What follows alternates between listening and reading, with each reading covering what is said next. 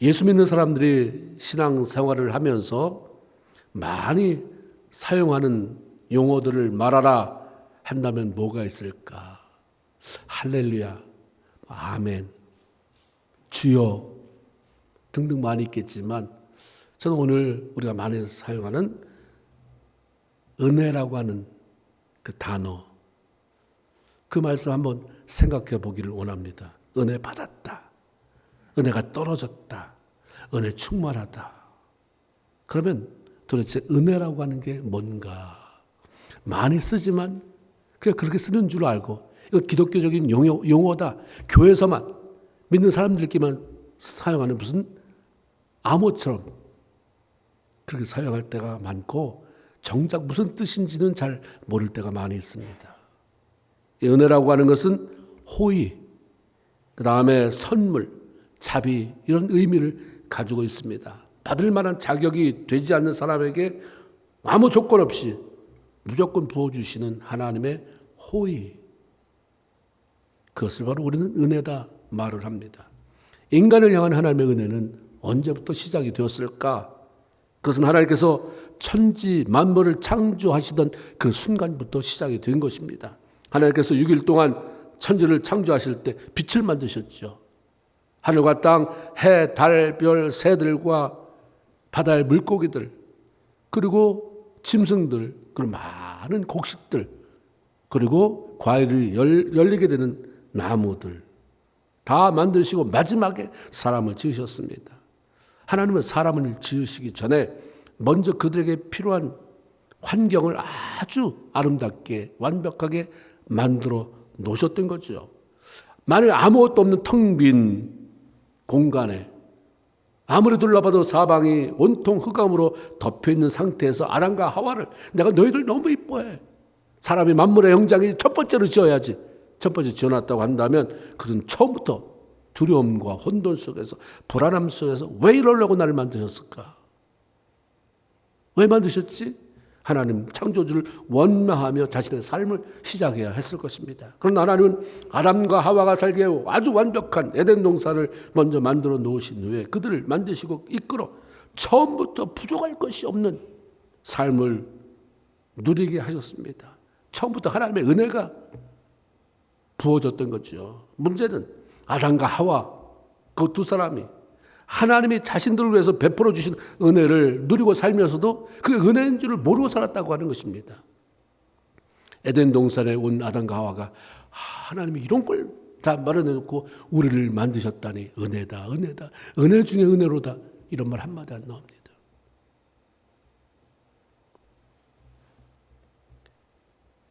에덴 동산의 비극은 은혜를 은혜로 알지 못하는 데서부터 시작이 된 거예요. 다 보면 신앙인들의 삶에 분명 은혜 받았는데 왜 저렇게 비극적인 삶을 살까? 왜 끝이 저럴까? 은혜를 은혜로 알지 못하기 때문인 것입니다. 내가 은혜 받고 있다는 것, 내가 얼마나 많은 은혜를 받았는지를 몰라요. 현재 원망 불평되는 것, 현재 나를 실족하게 하는 것, 나를 어렵게 만드는 것 때문에 잡혀서 은혜를 다 까먹고 사니까 끝이 별로 안 좋아요. 은혜를 모르면 감사할 수 없습니다. 관심이나 삶의 초점이 은혜를 부어주신 분에게 있지 않고 자기의 욕구, 이기적인 만족을 따라가게 되어 있습니다. 아담과 하와가 하나님이 베풀어 주신 은혜를 받아 누리면서 살아가고 있음에도 불구하고 그 은혜를 깨닫지 못하고 하나님이 금하신 선악을 알게 하는 나무에 대한 그 열매의 욕심 버리지 못했을 때 사단의 유혹이 너무 쉽게 넘어가 버렸어요. 이거 먹지 말라고 하더냐? 툭 건드렸는데 그냥 넘어가잖아요. 하나님이 그때에 나 이것도 너 만들어줬고 이것도 만들어줬고 이것도 줬고 이렇게 말씀하지 않았잖아요. 하나님은 아무것도 말씀 안 하니까 은혜를 몰랐나 봐요. 하나님 베푸신 은혜는 모르고 사단의 유혹에 솔깃 넘어갔습니다. 그리고 에덴 동산에서 쫓겨났고 더 이상 하나님과의 교제가 불가능해졌습니다. 그 이후 아담과 하와가 쫓겨난 상태에서 가인을 낳잖아요. 동생 아벨을 낳았어요. 이 두 아들이 예물을 준비해서 하나님께 제사를 드렸는데 하나님은 동생 아벨의 제사만 받으셨다라고 말씀합니다. 왜 그러셨을까? 히브리서 11장 4절에 보니까 믿음으로 아벨은 가인보다 더 나은 제사를 하나님께 드림으로 의로운 자라 하는 증거를 받았다라고 그 대답을 들려줍니다. 믿음으로 제사를 드렸기 때문이다. 히브리서 11장에는 성경 전 세대를 통해서 이 땅에서 믿음으로 살다간 많은 사람들의 이야기가 나옵니다. 성경에서 믿음으로 살았던 첫 번째 사람은 아담이 아니에요. 그 아들 아벨로 기록이 되어 있습니다. 아벨은 믿음으로 그렇게 시작되잖아요. 우리 믿음의 주상 아브라함 맞습니다. 그러나 믿음에 대한 얘기는 아벨부터 나오잖아요. 믿음은 보지 못하는 하나님에 대한 신뢰를 말하는 것입니다. 그러므로 매일같이 에덴 동산에서 하나님을 대면하면서 서로 대화를 나눴을 아담에게 믿음이라는 말은 별로 의미가 없었어요. 아담에게 필요한 것은 믿음이 아닌 순종인 거죠. 믿음은 에덴 동산에서 쫓겨남으로 더 이상 하나님을 대면할 수 없는 아벨의 때부터 필요하게 된 것입니다. 그러면 왜 아벨이 드린 제사를 믿음으로 드렸다고 했을까? 그것은 아벨이 낮과 밤의 변화, 계절의 변화 등과 같은 만물을 통해 볼 수 없는 하나님의 존재를 알고 확신했고 그 하나님께서 이미 베풀어 주신 은혜를 깨닫고 감사한 마음으로 제사를 드렸기 때문이다. 우리는 그렇게 성경에서 이유를 찾게 되는 것입니다. 그 당시 고기는 사람이 못 먹는 거예요. 그런데 아벨은 고기를 들었음에도 믿음으로 들었다고 하는 것은 그에게는 하나님의 은혜를 깨닫는 감사가 그에게 있었다고 하는 사실인 거죠. 하나님의 존재를 인정하고 그분이 베풀어 주신 은혜를 확신하고 기억하며 감사할 수 있었던 게 믿음으로 부어진 것입니다.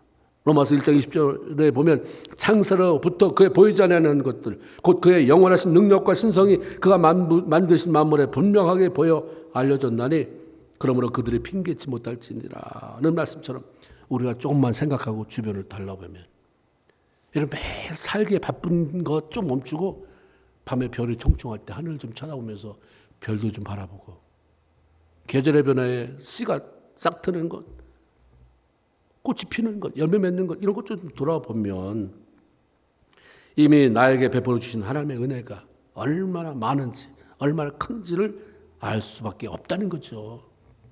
믿음은 아브라함에게서부터 시작된 게 아니라 벌써 아담의 아들 아벨 때부터 만물을 통해 하나님의 은혜를 깨닫고 아는 사람들에게서부터 시작이 되었습니다. 하나님의 은혜는 늘 있는 거지만 깨달아질 때 그 은혜가 되는 거예요. 여기 은혜가 있습니다. 어떤 사람은 은혜를 받아요. 깨달아지니까. 어떤 사람은 은혜 못 받고 그냥 가요. 못 깨달으니까. 존재하고 있는 것입니다. 본문에 나오는 노아는 아담의 구대손입니다. 이때 벌써 사람의 죄악이 세상에 가득 찼고 그들이 마음으로 생각하는 모든 계획이 항상 악할 뿐이다 라고 성경은 설명합니다. 그래서 하나님은 땅 위에 사람 지었음을 한탄하시고 근심하시고 마침내 홍수로 지면에 존재하는 모든 것들을 쓸어버리겠다라고 결심을 하게 됩니다. 그런데 놀라운 사실은 그 가운데 딱 한 사람 살려준 사람이 있는데 그게 바로 노아다 이 말이에요. 노아 때문에 덕을 본 게 그 부인이고 세 아들, 며느리 총 8식구만 구원받았다고 얘기합니다. 왜 노아만 구원을 받았을까? 8절에 노아는 여호와께 은혜를 입었더라. 저는 거기서 답을 찾았어요. 영어 성경을 보니까 But Noah found grace in the eyes of the Lord 이렇게 되어 있어요. 킹 제임스 버전에는 하나님의 은혜를 발견했다. NIV에는 favor, 하나님의 호의를 발견했다. 노아는 죄인에게 베푸시는 하나님의 은혜, 그 악한 세대도 여전히 베푸시는 하나님의 호의를 발견한 거죠. 사람들은 하나님을 대적하며 살아갔지만 하나님은 그때도 악한 자들에게도 변함없이 그들의 삶에 필요한 햇볕을 주시는구나. 그들의 공기를 주시는구나. 때를 따라 비도 주시는구나. 곡식이 익어가게 하셨습니다. 에덴 동산에서부터 인간에게 베푸시는 하나님의 은혜는 변함없이 계속되었는데 문제는 사람들이 그 은혜를 모르고 살아간다는 것입니다. 이 땅의 악과 부패와 타락은 사람들이 하나님의 은혜를 잃어버린 데서부터 시작이 되는 것입니다. 노아는 히브리서 11장 7절에 믿음으로 노아는 이라고 한 말씀처럼 믿음으로 이 악한 세대에도 여전히 살아계신 하나님, 변함없이 죄인에게 은혜를 베푸시는 하나님의 그 은혜를 깨달은 거죠. 그러니까 대세가 한 사람은 구원받았으니까 10,000명이 살았다가 하면 9,999명이 다 악하게 사는데 거기에 휩쓸리지 않은 거예요. I don't care. 이미 은혜가 크게 각인됐기 때문에 살아계시다 하나님의. 그러니까 악인들을 따라 살지 않고 하나님을 바라보며 살아갈 수가 있었던 것입니다. 하나님의 은혜의 최고봉이라고 할 수 있는 것은 바로 우리를 죄에서 구원하시기 위해서 이 땅에 보내주신 예수 그리스도십니다. 그분을 십자가에 달려 죽게 하고 우리에게 구원을 그 길을 열어주신 것은 아무 조건 없이 우리를 살리게 하시려는 하나님의 선물입니다. 그 은혜는 이미 주어졌어요. 그 은혜를 은혜되게 하고 그 은혜를 누리기 위해서 필요한 것은 오직 믿음뿐이다 말씀합니다. 그래서 에베소 2장 8절에 너희가 그 은혜를 인하여 믿음으로 말미암아 구원을 얻었나니 이것이 너에게서 나는 것이 아니요 하나님의 선물이다 말씀하고 있는 것입니다. 하나님의 은혜를 깨닫고 믿음으로 받아들인 사람들은 한결같이 어떤 상황 속에서도 하나님이 기뻐하시는 하나님의 기쁨이 되는 삶을 살아갔습니다. 그런 삶을 살기를 열망했어요. 그러니까 9절에 노아는 의인이요 당대의 완전한 자라 그는 하나님과 동행하였으며 라고 소개한 것처럼 노아는 하나님이 원치 않는 것들을 잘라냈으며 삶의 방향을 그분이 원하시는 쪽으로 돌리며 동행하는 삶을 살아갈 수 있었던 것입니다. 자신의 노력이 아닌 하나님의 베푸신 구원의 은혜를 믿음으로 받아들인 사람들의 삶의 특징도 여전히 내가 부족하지만 하나님을 기쁘시게 하고 싶은 소원. 노아처럼 그분 앞에 옳은 것 선택하고 온전한 모습으로 살아가며 하나님과 동행하고 싶은 그런 열정을 갖게 되는 것입니다. 하나님의 은혜를 깨닫고 믿음으로 받아들인 사람은 한결같이 어떤 상황 속에서도 하나님의 베풀어 주신 은혜에 감사하는 삶을 살아갑니다. 히브리서 12장 28절에 그러므로 우리가 흔들리지 않는 나라를 받았으니 은혜를 받자 이런 말씀이 있습니다. 너 구원받았느냐? 하나님의 은혜를 흔들리지 않는 요동치 않는 나라를 유업으로 받았느냐? 은혜를 받자. 은혜를 받자. 그 영어 성경으로 보면 Let us be thankful이에요. 감사하자. 이런 말로 번역되어 있죠. 너 구원받았느냐? 그럼 감사하자. 은혜를 아는 자는 그것을 기억하고 감사하는 자라고 하는 말입니다. 은혜를 아는 것과 감사는 다를 수가 없어요. 저 사람이 정말 은혜를 아는 자인가 보면 말에 감사가 있습니다. 삶에 감사가 있어요. 감사하는 자를 보면 은혜 받은 자이고 은혜 받은 자를 보면 그 사람 감사하게 돼 있죠. 감사하는 자들의 특징은 받은 은혜에 보답하는 삶을 살아간다는 것입니다. 노아가 하나님께서 내리신 명령에 순종해서 방주를 지으신 것은 하나님의 은혜에 감사함으로 보답하고 싶은 마음이 있었기 때문입니다. 하나님에 대한 무서움 때문에 아니라 그분의 은혜에 대한 기억과 감사한 마음 때문에 그 많은 사람들의 비난과 조롱 속에서도 긴 세월 한결같이 방주를 완성시킬 수가 있었던 것입니다. 그리고 홍수 심판이 시작되었을 때 그때 큰 것을 다시 깨닫죠. 하나님을 향한 감사의 표현. 하나님을 향한 순종이 하나님을 위한 게 아니라 나 자신을 위해서였구나. 그걸 다 내가 받는 거구나. 홍수 속에서 40일 쥐야장창 되는 빗속에서 살아남고 보니까 이 방주를 지으라는 게 하나님 위해서 지으라는 게 아니라 나를 위해서 지은 거구나. 이것도 알게 된 것입니다. 노아 홍수가 끝나고 물이 얼마나 줄었는지 보고 싶어서 노아가 한 행동은 창문을 열고 새를 날라보내는 거죠. 첫 번째 보낸 게 까마귀였습니다. 안 돌아왔어요. 까마귀는 처음부터 은혜를 몰랐던 거죠. 또한 방주 열고 나가보니까 물 위에 둥둥 떠다니는 시체가 너무 욕심이 난 거예요. 그 욕심 채우느라고 은혜 따위는 아예 생각도 나지 않았던 거죠. 그러나 비둘기는 감람나무 새 잎사귀를 물어 물이 감했다고 하는 그 기쁜 소식을 전해주고 방주에서 자기를 보살펴준 은혜에 보답을 했습니다. 그냥 와도 되잖아요. 앉을 자리가 없으니까. 그리고 앉을 자리가 이제 생겼으면 비둘기가 워낙 더러운 걸 싫어하니까 시체에 못 앉아서 다시 들어왔고 물이 감했을 때는 그냥 날아가 버리면 되는데 누가 시키지도 않았는데 이파리를 물고 오잖아요. 짐승인데도 은혜를 안 입었잖아요. 감사만이 아니라 감사 행위를 이파리를 딱 물고 은혜를 아는 사람은 감사하고 감사하는 사람에게는 반드시 뭔가 그 은혜에 보답하고 싶은 그런 행위가 나타난다 이 말이죠. 하나님의 은혜를 아는 신앙인이라면 그 은혜에 감사함으로 무슨 명령하셔도 아멘으로 응답하고 순종하고 보답하는 삶을 살아가야 할 것인데 그 삶의 주인공이 저와 여러분이 되기를 주님의 이름으로 축원을 드립니다. 예수 믿는 모든 사람에게 반드시 필요한 것은 나를 위해 베풀어 주신 하나님의 은혜를 깨닫고 경험하는 것입니다.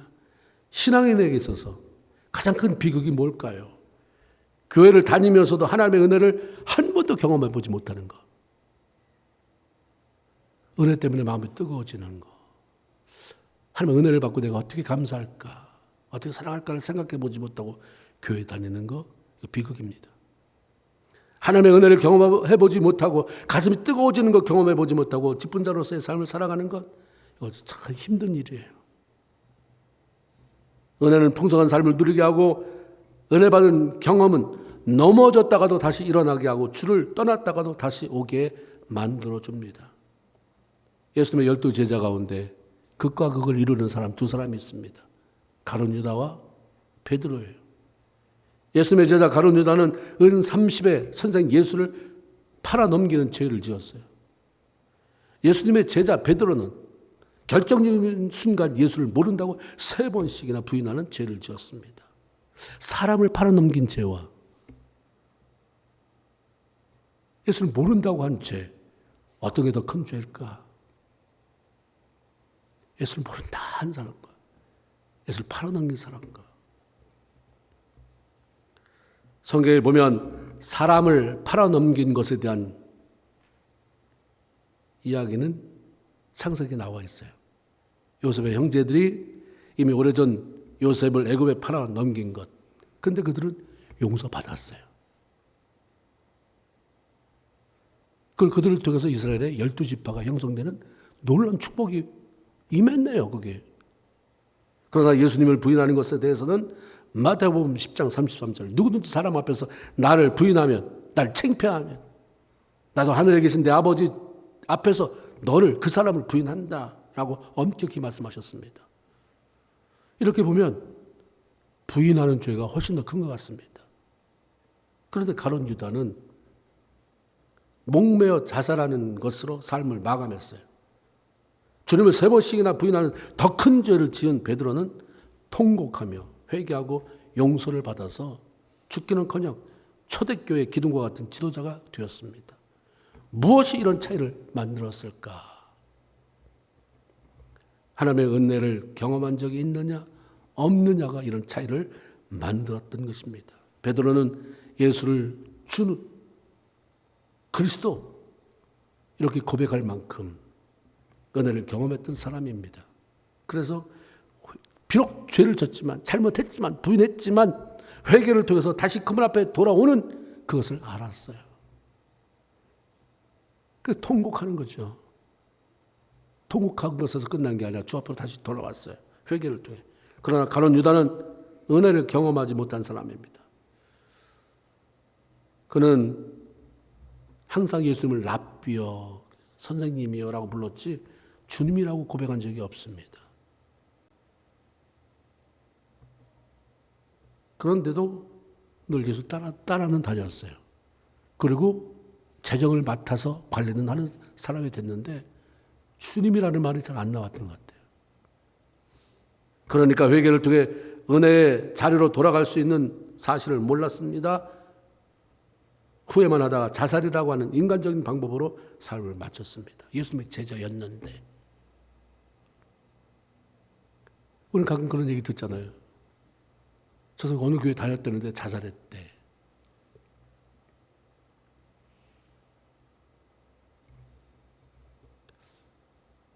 은혜를 경험했는가? 하나님의 은혜를 알고 깨닫고 거기에 반응하며 사는가? 그렇지 못한가는 엄청난 차이가 나요. 은혜 받으셨습니까? 은혜를 경험해 보셨어요? 그리고 그 은혜를 여전히 여러분 마음속에 간직하고 사십니까? 아니면 냉랭합니까? 빨리 찾아오셔야 되죠. 우리는 은혜를 경험해야 되고 그 은혜를 간직하며 살아가야 합니다. 그러면 은혜가 우리 안에서 사라지는 이유가 무엇인가? 말씀과 기도로 그걸 지키지 못하기 때문입니다. 못하니까 지키지 못할 때는 도난을 받습니다. 사단에게 도난 당했기 때문이에요. 요한복음 10장 10절에 도둑이 오는 것은 도둑질하고 죽이고 멸망시키는 것뿐이요. 사탄에 대한 얘기죠. 사단이 성도들에게서 훔쳐가기를 원하는 성도들의 내면의 그 보험을 이루라고 말한다고 한다면 구원의 감격, 은혜. 그 은혜 뺏어가고 싶은 거예요.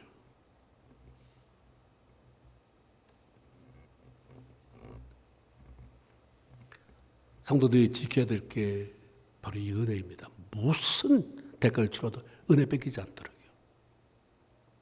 누구한테 이런 말 듣고 저런 말 듣고 실족하고 뭐하고 다 그냥 대가를 치르세요. 다 용서하고 다 그냥 무시하고 다 손해보고 양보하면서도 은혜가 사라지지 않도록 해야 돼요. 은혜는 살아나게 하는 것이요. 사람들로 하여금 목숨 바쳐 하나님 앞에 충성하게 만들고 열매 맺게 하는 것이기 때문에 하나님 앞에 상급을 따는 것이기 때문에 사단은 어떻게 해서든지 은혜 받지 못하게 만듭니다. 받은 은혜 다 쏟아버리게 만듭니다. 훔쳐갑니다. 받은 은혜 잃어버리지 말아야 돼요. 특별히 우리는 베드로전서 5장 5절에 하나님이 교만한 자를 대적하시되 겸손한 자들에게는 은혜를 주신다. 베드로의 입을 통해서 선포된 이 말씀을 기억해야 합니다. 하나님께서 겸손한 자들에게 은혜를 주신다면 교만할 때는 은혜를 받지 못할 뿐만 아니라 받은 은혜도 잃어버리게 된다는 말씀입니다. 교만하면 하나님 말씀보다 내 생각을 앞세웁니다. 내 경험을 앞세웁니다. 내 고집이 하나님보다 더 강하게 되고 그것을 앞세우기 때문에 어쩔 수 없이 은혜를 잃어버리게 되는 것이고 은혜에서 떠날 수밖에 없는 것입니다. 내 고집이 늘 말씀드리지만 내 생각이 하나님의 말씀을 이기지 못하게 만들어야 돼요. 너무 많은 사람이 하나님이 그렇게 말씀하셨어도 내 자존심이 너무 강하기 때문에 그 자존심을 못 넣는 거예요. 그 자존심을 하나님 말씀 앞에 굴복시키지 못하고 내가 끝까지 태가고 있으니까 안에서도 죄책감이 있으면서도 삶에서는 은혜가 떠나는 거예요. 은혜 떠나고 죄책감만 남은 게 뭐가 그렇게 대단한 인생입니까? 굴복시키고 죄책감도 떠내버리고 주님이 사시게 만들어야 하나님의 역사가 일어나는 거예요. 항상 하나님의 말씀을 앞에 세우고 그 말씀 앞에 나를 굴복시키고 순종하며 따라가는 것. 그래서 평생 하나님의 말씀 안에서 하나님의 은혜 안에서 자라가며 성장할 수 있는 비결이고 하나님의 쓰임받을 수 있는 비결입니다. 하나님은 우리가 어떤 상황 속에서도 누구 때문에 실족했다. 누구 때문에 내가 자존심 상한다. 누구 때문에 이런 피해를 봤다. 그래도 하나님의 초점은 나한테 있어요. 괜찮아. 내가 있으니까 괜찮아. 우리는 자꾸 나한테 피해를 준 사람한테 초점을 맞추니까 그때부터 하나님이 멀어져요. 그 사람이 너무 크게 나한테 다가오니까. 근데 하나님은 거기 막아서서 괜찮아. 내가 있잖아. 난 네 편이야. 내 관심은 너만이야. 근데 우리가 이것만 안 하면 돼요. 하나님 잠깐 비키세요. 이거 비키세요. 그 자리에서 그냥 울어야 돼요. 하나님, 나 이것밖에 안 돼요. 나에게 찾아와 주셔서 감사합니다가 안 되면 나 이것밖에 안 된다고 속삭여서 울어야 돼요. 하나님 앞에 무릎 꿇고 하나님 나 이것밖에 안 돼요. 내가 신앙생활을 이만큼 오랫동안 해왔는데 내가 목사인데 내가 장로고 내가 권사고 집사인데 내가 신앙생활을 못해부터 해왔습니다. 우리가 3대째 집안입니다. 근데 내가 신앙 이것밖에 안 돼. 울어야죠. 울어야 돼. 그래야 찢어지는 아픔이 있지만 도려내는 기쁨, 비워지고 채워지는 역사가 일어나는 것입니다. 이런 걸 하기 싫어하니까 신앙생활이 아무리 오래돼도 은혜가 되지를 못하는 것입니다. 바라기는 평생 동안 은혜 잃지 않고 말씀 앞세우고 말씀 따라가며 은혜 가운데 승리하며 하나님의 영광 돌리고 많은 사람에게 그 은혜의 영향력을 끼쳐나가는 저희 여러분 다 되기를 주님의 이름으로 축원을 드립니다. 아멘. 기도합시다. 여러분 잠깐 기도하고 떠나도록 하겠습니다. 1분만 기도할까요?